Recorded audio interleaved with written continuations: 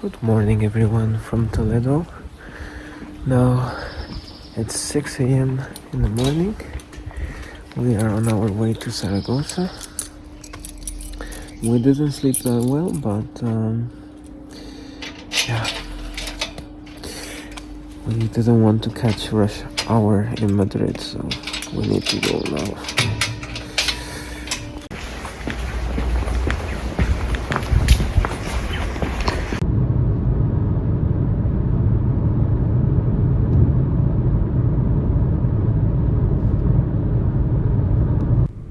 Yeah, at 6 a.m. we definitely didn't catch rush hour, but it was very busy in Madrid anyways because we drove to Zaragoza during the so-called Operación Salida, the start of the Easter holidays.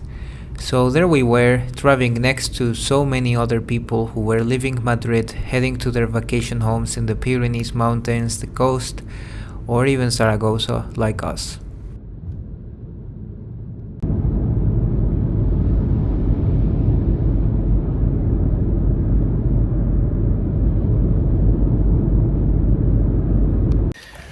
We just tanked here near, I don't know, past Guadalajara.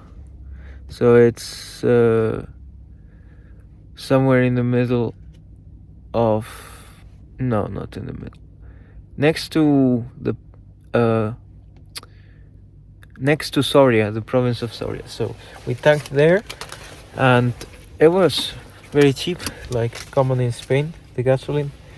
177 minus 25 cents, so in total 40 euros for half a tank, which is quite nice. There might be a speed camera somewhere.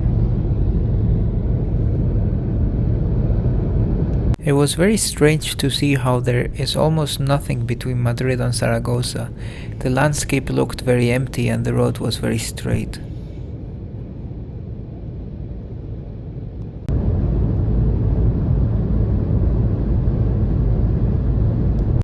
So we just made a stop here in Calatayud, which is close to Zaragoza, because we might have something for breakfast. We are hungry since we eat later here in Spain, lunch and dinner and everything.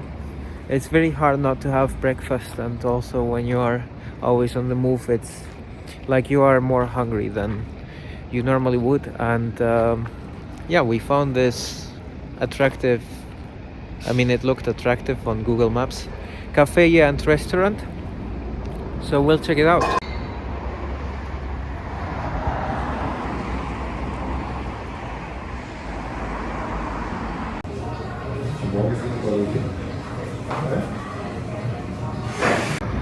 Well, we just had 2 tortillas and 1 coffee. It was 6 euros and 20 cents. It was a bit expensive for Spain, but well, yeah, they are here on the side of the road, so makes sense that it's a bit more expensive. Now we are continuing our trip to Maria de Huerva near Zaragoza.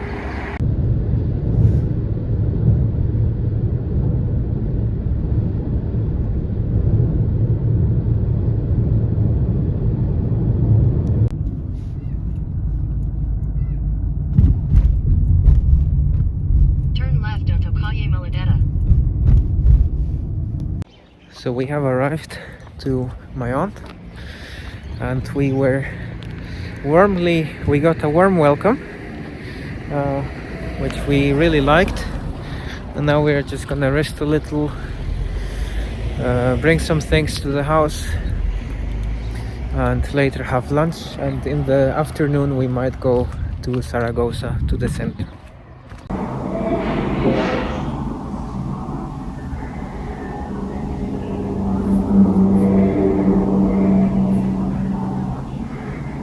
Este es el Hospital Miguel Servet. El Hospital Miguel Servet, el campo de fútbol del Zaragoza a la izquierda, Sí. La Romareda. el tranvía.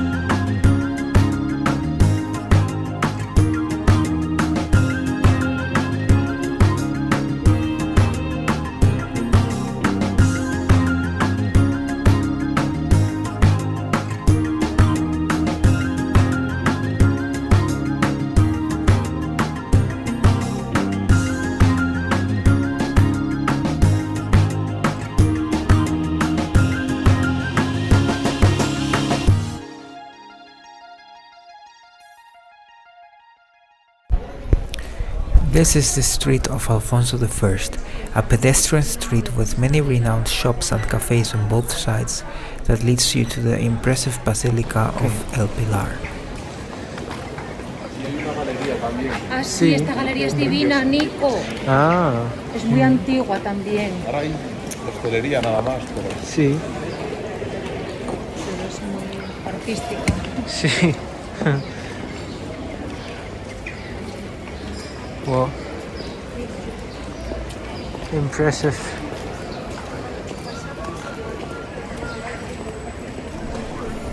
Once you stand before the basilica, you realize how big this building really is.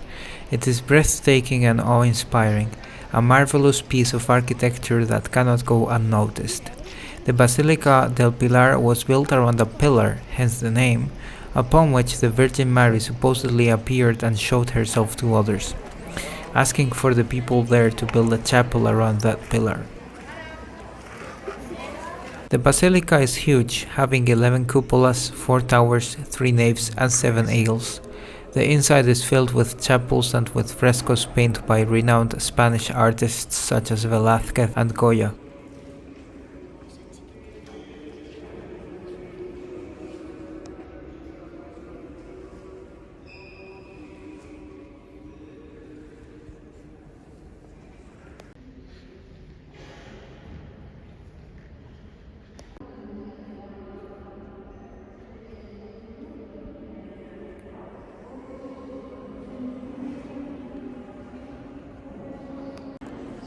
In the 12th century, after Alfonso I reconquered the city from the Muslims, he ordered the construction of a Romanesque church.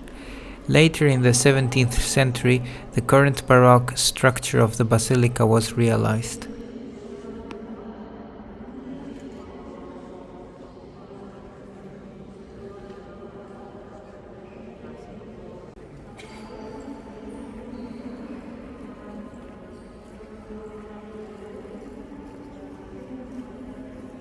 A statue of the Virgin of El Pilar is located in a central chapel and it attracts many pilgrims every year, especially during the festivities of El Pilar in October. Sí. Vamos ahora. No.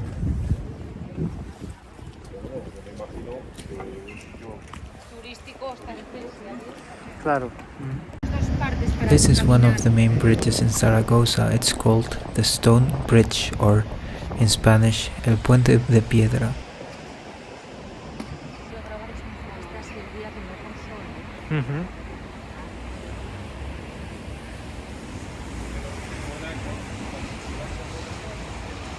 This is the church of San Juan de los Panetes, which features an inclined tower such as the one in Pisa. Next to this monument, there are some remains from the Roman wall.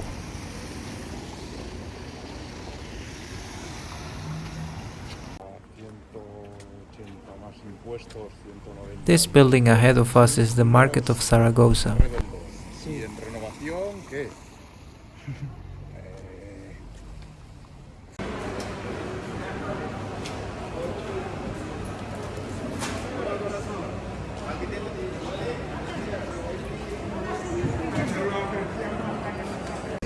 I just bought a chocolate pastry at the market. I'm gonna try it out.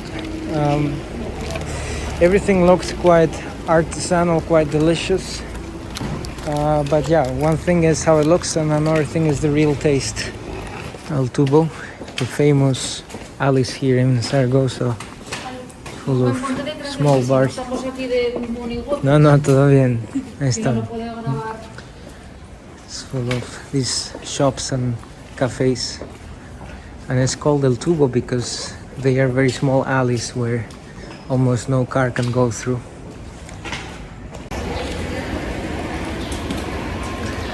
Those might also be artisanal. Possible.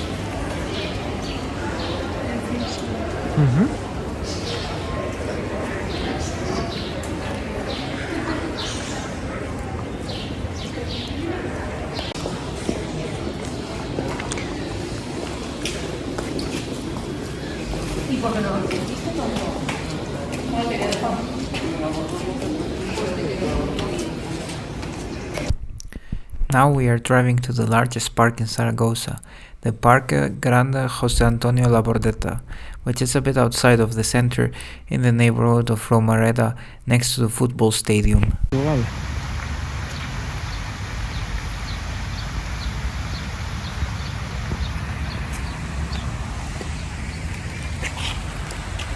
¿Ves? Mira lo de Mercedes.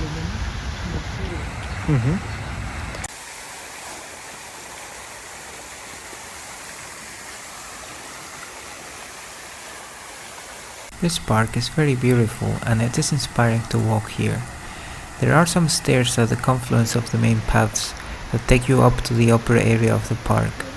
From here you have a great view of Zaragoza, and you can look behind you and you'll see a statue of the king who liberated the city in the 12th century, Alfonso I, and below him is a lion statue, which represents the city.